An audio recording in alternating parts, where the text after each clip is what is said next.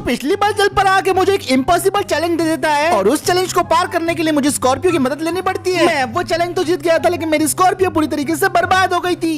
अब मैं अपने घर में बैठे बैठे बस दुख मना रहा था। मेरी स्कॉर्पियो क्लासिक, जिसे मैंने अपनी प्यार, मेहनत और पैसा लगा के रिस्टोर किया था, वो सारी की सारी बर्बाद हो चुकी थी और मेरे पास इतने पैसे और सामान भी नहीं था कि मैं स्कॉर्पियो को फिर से पहले के जैसा बना दूं। और अब जब मैं अपना गम मनाते हुए बैठा ही था तो इतने में दरवाजे की घंटी बजती है। अरे हाय करे बाबू। अब ये चेक करने के लिए कि दरवाजे पे कौन है, मैं फौरन अपनी जगह से उठता हूँ और दरवाजा जाके खोल देता हूँ। पर दरवाजा खोलते ही मुझे कुछ अजीब दिखाई देता है। मेरे घर के सामने दो ब्लैक कलर की स्कॉर्पियोज खड़ी हुई थी और इन दोनों का नंबर देख के मुझे ऐसा लग रहा था कि मैंने इन दोनों गाड़ियों को पहले भी कहीं देखा है। अब मैं उन दोनों गाड़ियों के पास जाके उन्हें चेक कर रहा था और थोड़ी देर चेक करने के बाद मुझे समझ में आ गया था कि ये दोनों गाड़ियाँ आखिर किसकी है। और जैसे ही मुझे ये बात रियलाइज होती है तो मेरे पीछे से एक आवाज आती है, चल रे चुपचाप गाड़ी में बैठ जा। और ये आवाज किसी और की नहीं बल्कि मावेश के बॉडीगार्ड की थी। मैं पीछे मुड़ के उसे देखता हूँ तो वो मुझे बोलने लगता है, तुझे क्या लगा था तुम हमें इग्नोर करेगा तो तू हमसे बच जाएगा? चुपचाप हमारे साथ चल। चलना तो पड़ेगा। अब इन दोनों की बात मानने के सिवा मेरे पास और कोई चारा नहीं था, तो मैं उन्हें बोल देता हूँ कि मैं तुम्हारे साथ चलने के लिए तैयार हूँ। फिर उसके बाद मैं उनकी गाड़ी में बैठ जाता हूँ, पर गाड़ी में बैठने बराबर पता चलता है कि उनकी गाड़ी का एसी तो बहुत ज्यादा ठंडा है, इसकी वजह से मैं थर-थर कांपे जा रहा था। उसके बाद मावेश का दूसरा बॉडीगार्ड भी उसकी गाड़ी में बैठ जाता है। फिर वो दोनों गाड़ियों को स्टार्ट करते हैं, काफी तेज यू टर्न मारते हैं और मुझे मेरे घर से लेके चले जाते हैं। ये मावेश के गुंडे मुझे कहाँ लेके जा रहे थे मुझे इस बात का कोई आइडिया नहीं था, पर मैं इतना जरूर जानता था कि मावेश को मुझसे कोई ना कोई काम जरूर होगा, तभी वो मुझे बुलाता है। मैं मन ही मन ये सोच रहा था कि मैं कब मावेश का पूरा पैसा चुका पाऊंगा और कब तक वो मुझसे इसी तरह काम लेते रहेंगे। और फिर लगभग 10 मिनट तक ड्राइव करने के बाद मावेश के दोनों बॉडीगार्ड अपनी स्कॉर्पियो को एक खाली पार्किंग लॉट के अंदर पार्क कर देते हैं। अब दोनों गाड़ियां पार्किंग में लग गई थी और वो लोग मुझे गाड़ी से उतरवाते हैं और मुझे बोलने लगते हैं, अब तो सब भाई के हाथ में है बबुआ। तुझे पता है लास्ट टाइम बॉस ने इधर ही एक को टपकाया था, इसका मतलब अगला नंबर तेरा है। बाबू मरने वाला तू। ये सारी बातें सुनने के बाद मैं काफी खौफ में आ गया था और मुझे अपनी जान की अब फिक्र होने लगी थी। मैं मावेश का इंतजार करने के सिवा और कुछ नहीं कर सकता था और 10 मिनट इंतजार कराने के बाद आखिरकार मावेश वहाँ पे आ ही जाता है। वो काफी गुस्से में था और उसके इरादे बिल्कुल भी ठीक नहीं लग रहे थे। डर के मारी मेरी पैंट लगभग गीली होने वाली थी और उसके बाद फिर मावेश अपनी गाड़ी से उतरता है, मुझे गुस्से वाली नजर से देखता है और फिर चल के मेरे पास आता है और मुझे बोलने लगता है, अरे क्यों रे छोकरे,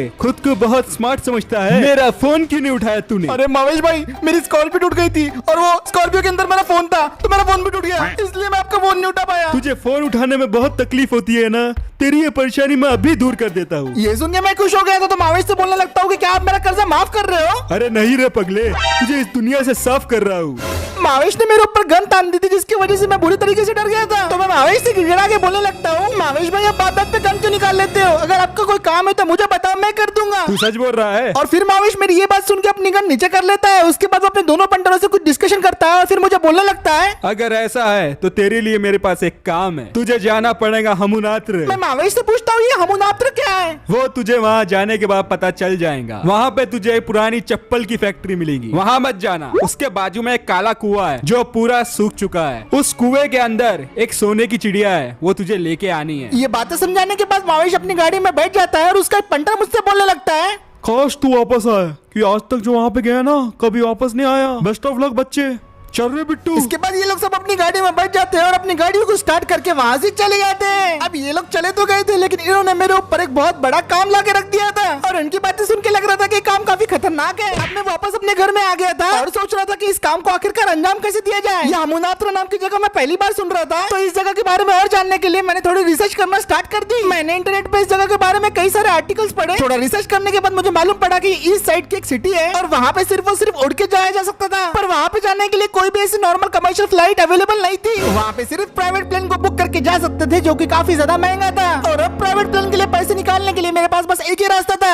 अपने दिल पे पत्थर रख के मैं एक और मुश्किल फैसला करने जा रहा था। मेरी स्कॉर्पियो तो पहले से बर्बाद हो ही चुकी थी और अब इस प्राइवेट प्लेन की फीस भरने के लिए मैं अपने नए नवेली टार्जन को गिरवी रखने जा रहा था। मैं टार्जन को लेके अपने घर से निकलता हूँ और ड्राइव करते करते हम सीधा पहुँच जाते हैं अरमान भाई की वर्कशॉप में। वहाँ पहुँचते ही मैं टार्जन को बोलता हूँ कि वर्कशॉप के अंदर पार्क हो जाओ। अब गाड़ी वर्कशॉप के अंदर आ चुकी थी और फिर उसके बाद अरमान भाई को मैं बोलने लगता हूँ कि मुझे इस गाड़ी को आपके पास गिरवी रखना है और उसके बदले मुझे आपसे कुछ पैसे चाहिए। अरमान भाई पूरी गाड़ी का अच्छे तरीके से जायजा लेते लेते हैं, फिर उसके बाद मुझे बोलने लगते हैं। हाँ तो कितना पैसा चाहिए तुझे इस गाड़ी का? मुझे इस गाड़ी के लिए 60 लाख रुपए चाहिए। ये अमाउंट सुनने के बाद अरमान भाई थोड़ी सोच में पड़ जाते हैं और फिर गाड़ी के पास आके मुझे बोलने लगते हैं। देख यार, ये कस्टम बनाई हुई गाड़ी है, ज्यादा से ज्यादा मैं तुझे इसके लिए 40 लाख दे सकता हूँ, 1 रुपए कम ना ज्यादा, वो भी सिर्फ और सिर्फ 5 दिन के लिए उधार दूंगा। 5 दिन में पैसा देना और अपनी गाड़ी उठा के लेके चल जाना यहाँ से, वरना मुझे इस गाड़ी को बेचना पड़ेगा। अब ये बात सुनकर मैं काफी घबरा गया था, क्योंकि मैं टार्जन को खोना नहीं चाहता था, लेकिन मुझे पैसों की सख्त जरूरत थी, तो मैं इस बात के लिए हाँ कर देता हूँ। और फिर उसके बाद अरमान भाई मेरे बैंक अकाउंट में 40 लाख रुपए ट्रांसफर कर देते हैं। मेरे बैंक अकाउंट में पैसे आ गए थे, तो मैं शुक्रिया बोलता हूँ और वहाँ से निकल जाता हूँ। मैंने सोच के रखा था कि जैसे ही मेरा काम हो जाएगा मैं अपने टार्जन को यहाँ से वापस लेके चले जाऊंगा। अब क्योंकि मैं एक ऐसी जगह जा रहा हूँ जिसके बारे में मैंने पहले कभी नहीं सुना, उसके लिए मुझे थोड़ी तैयारी करने की जरूरत थी, तो वो सारी तैयारी करने के लिए मैं भागते भागते पहुंच गया सीधा अपने सिटी के एम्युनिशन स्टोर में। अब क्योंकि एक लंबा और जानलेवा सफर होने वाला है, इसके लिए मुझे काफी सारी चीजों की जरूरत थी। स्टोर में घुसते बराबर मेरी नजर गई कपड़ों पे। जहाँ मैं जा रहा हूँ वहाँ का मौसम ठंडा है गहरा मुझे नहीं पता, तो मैं हर टाइप के कपड़े खरीद लेता हूँ। कपड़े लेने के बाद मैं कुछ जरूरत के सामान जैसे चाकू और केरोसिन खरीद लेता हूँ, और एडवेंचर शूज खरीदना तो बिल्कुल नहीं भूलता।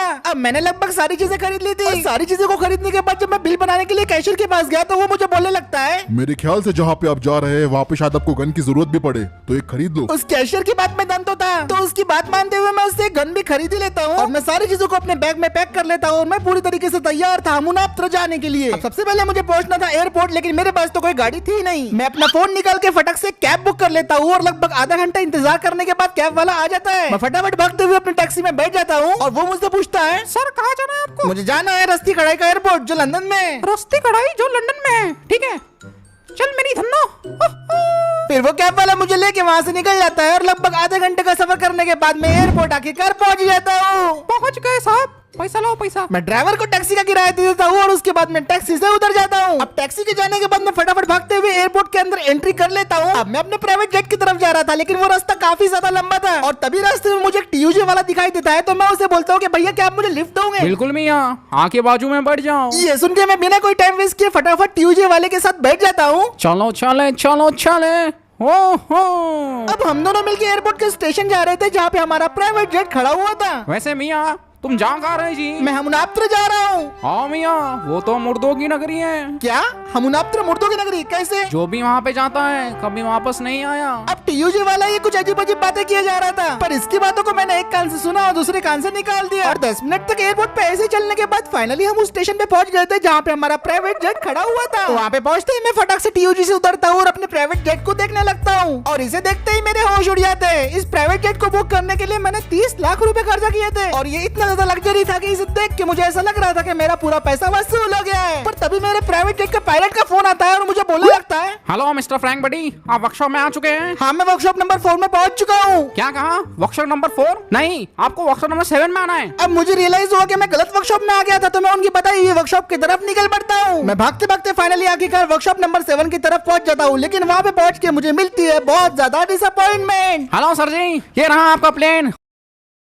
ये प्लेन को देख के मैं बुरी तरीके से चौंक गया था। ये प्लेन काफी ज्यादा पुराना और भद्दा दिख रहा था। मुझे पायलट के ऊपर बहुत गुस्सा आ रहा था, तो मैं उससे बोलने लगता हूँ कि क्या मेरे साथ मजाक कर रहे हो? ये प्लेन तो उड़ भी नहीं पाएगा ठीक से। अरे सर, ये प्लेन पुराना जरूर है, पर ये उड़ता बहुत अच्छा है सर। मैं उससे बोलता हूँ कि ये क्या खाक उड़ने वाला है? अरे सर, इस प्लेन की एक खास बात बताऊं, ये प्लेन वर्ल्ड वॉर 2 में इस्तेमाल हुआ था। आप फिक्र बिल्कुल मत कीजिए, और अगर आप मेरे साथ नहीं जाना चाहते हैं तो कोई बात नहीं, वैसे भी 30 लाख रुपए में आपको कोई भी हमुनात्रा लेके नहीं जाएगा। ये पायलट अब मेरी मजबूरी का फायदा उठा रहा था, और क्योंकि मेरे पास अब कोई दूसरा रास्ता नहीं था, तो मैं इसके साथ चलने के लिए हाँ बोल ही देता हूँ। बहुत बढ़िया सर, तो चलते हैं हमुनात्र।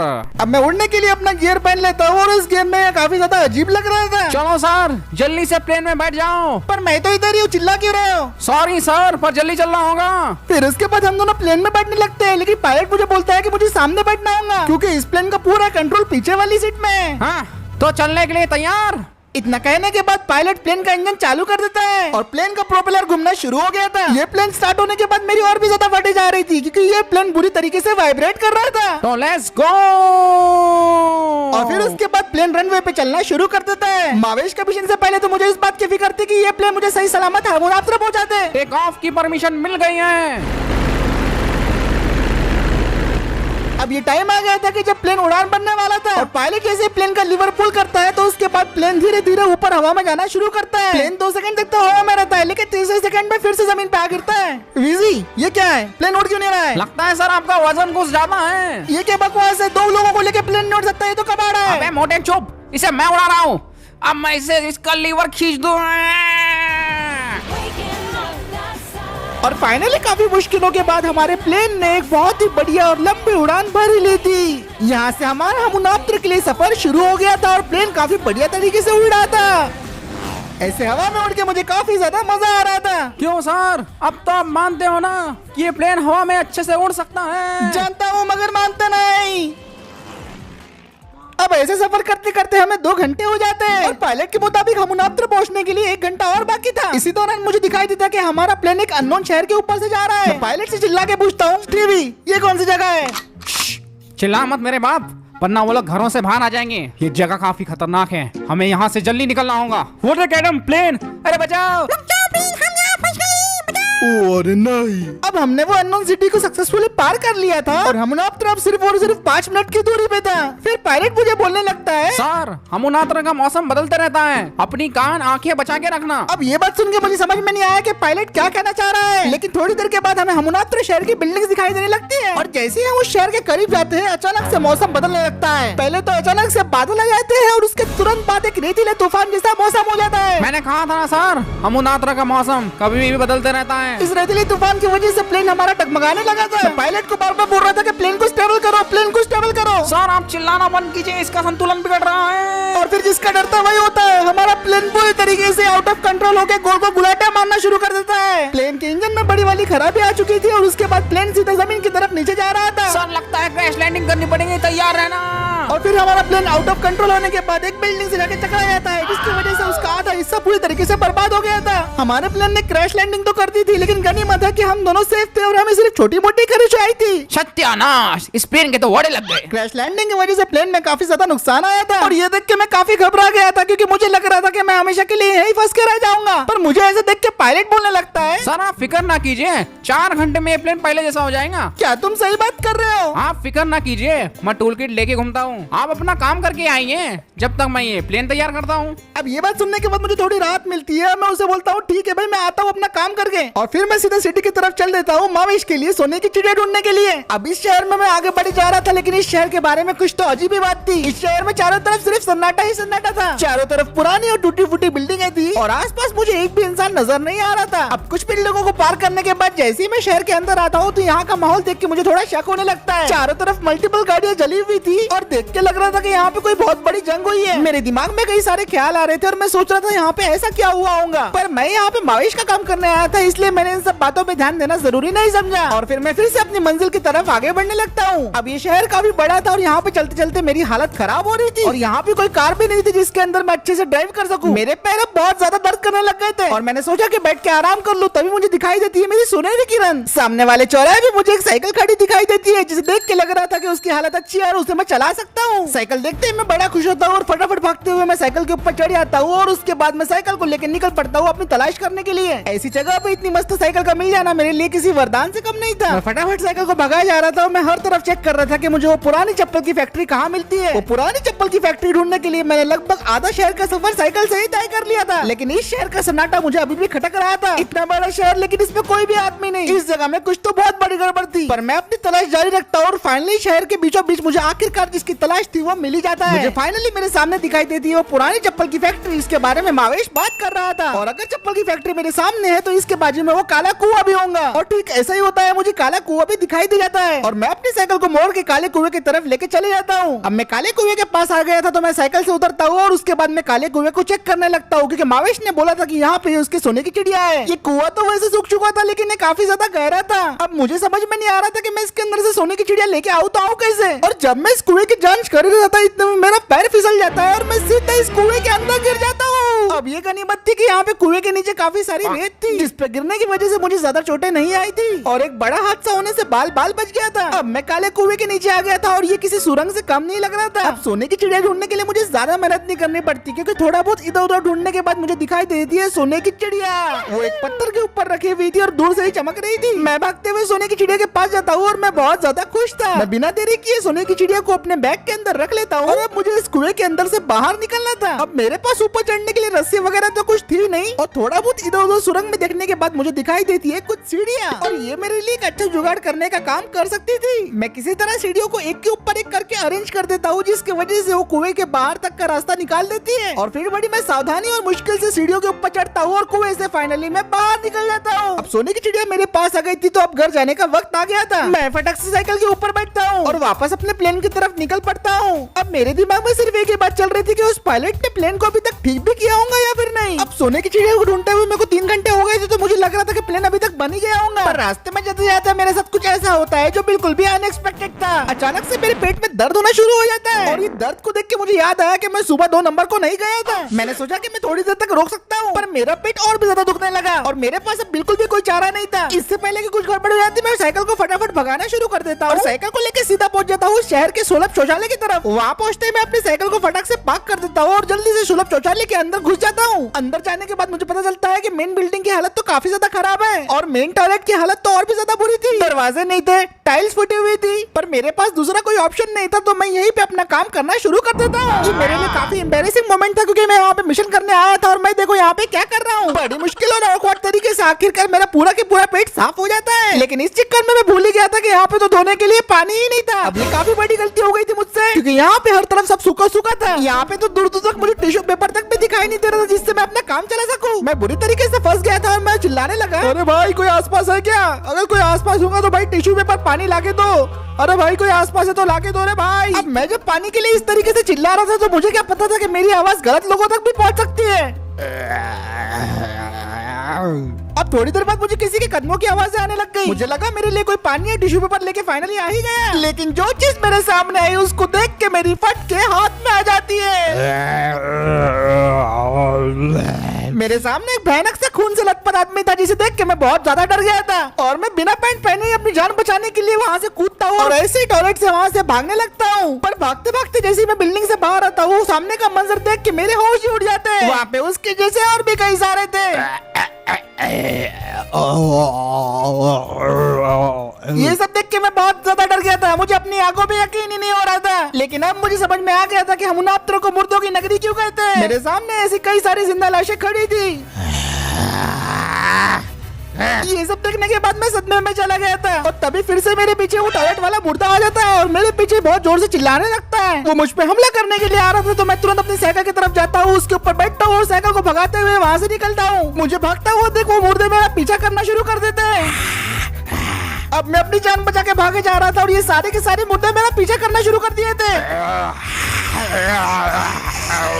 ये मुर्दे मुझे काफी ज्यादा गुस्से में दिखाई दे रहे थे, और अगर मैं इनके हाथ आ जाता तो ये लोग मुझे मार डालते। मैं अपनी पूरी ताकत लगा के साइकिल के पेडल मारना शुरू कर देता हूँ, और वो मुर्दे भी मेरे पीछे भागते भागते आ रहे थे।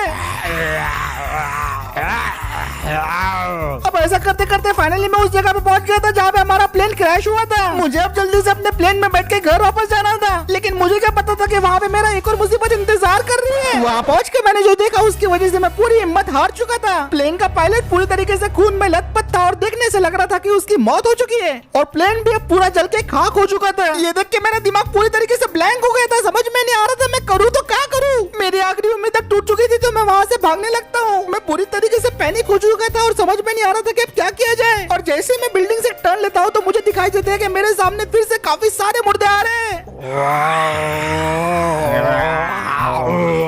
अब वो सारे के सारे भागते हुए मेरे तरफ आ रहे थे, और मैं डर के मारे अपनी साइकिल को पीछे तक नहीं ले पा रहा था। मुझे लग रहा था कि ये मेरा आखिरी समय है, और ये मुर्दों के हाथों से मैं मारा जाने वाला हूँ। अब इस वीडियो के आगे क्या होगा ये जानने के लिए दोस्तों आपको सेकंड पार्ट देखना पड़ेगा इस वीडियो का, क्योंकि ये वीडियो ऑलरेडी काफी ज्यादा लंबा हो चुका है। तो अगर आपको ये वीडियो पसंद आया तो वीडियो पे एक लाइक करो, शेयर करो, चैनल को दोस्तों पहली बार देख रहे तो सब्सक्राइब कर देना। और वैसे तो मैं कभी बोलता नहीं, लेकिन 15,000 लाइक करवा दो, जल्दी से नेक्स्ट पार्ट इसका आ जाएगा। और मैं मिलता हूँ आपसे अगले वीडियो में।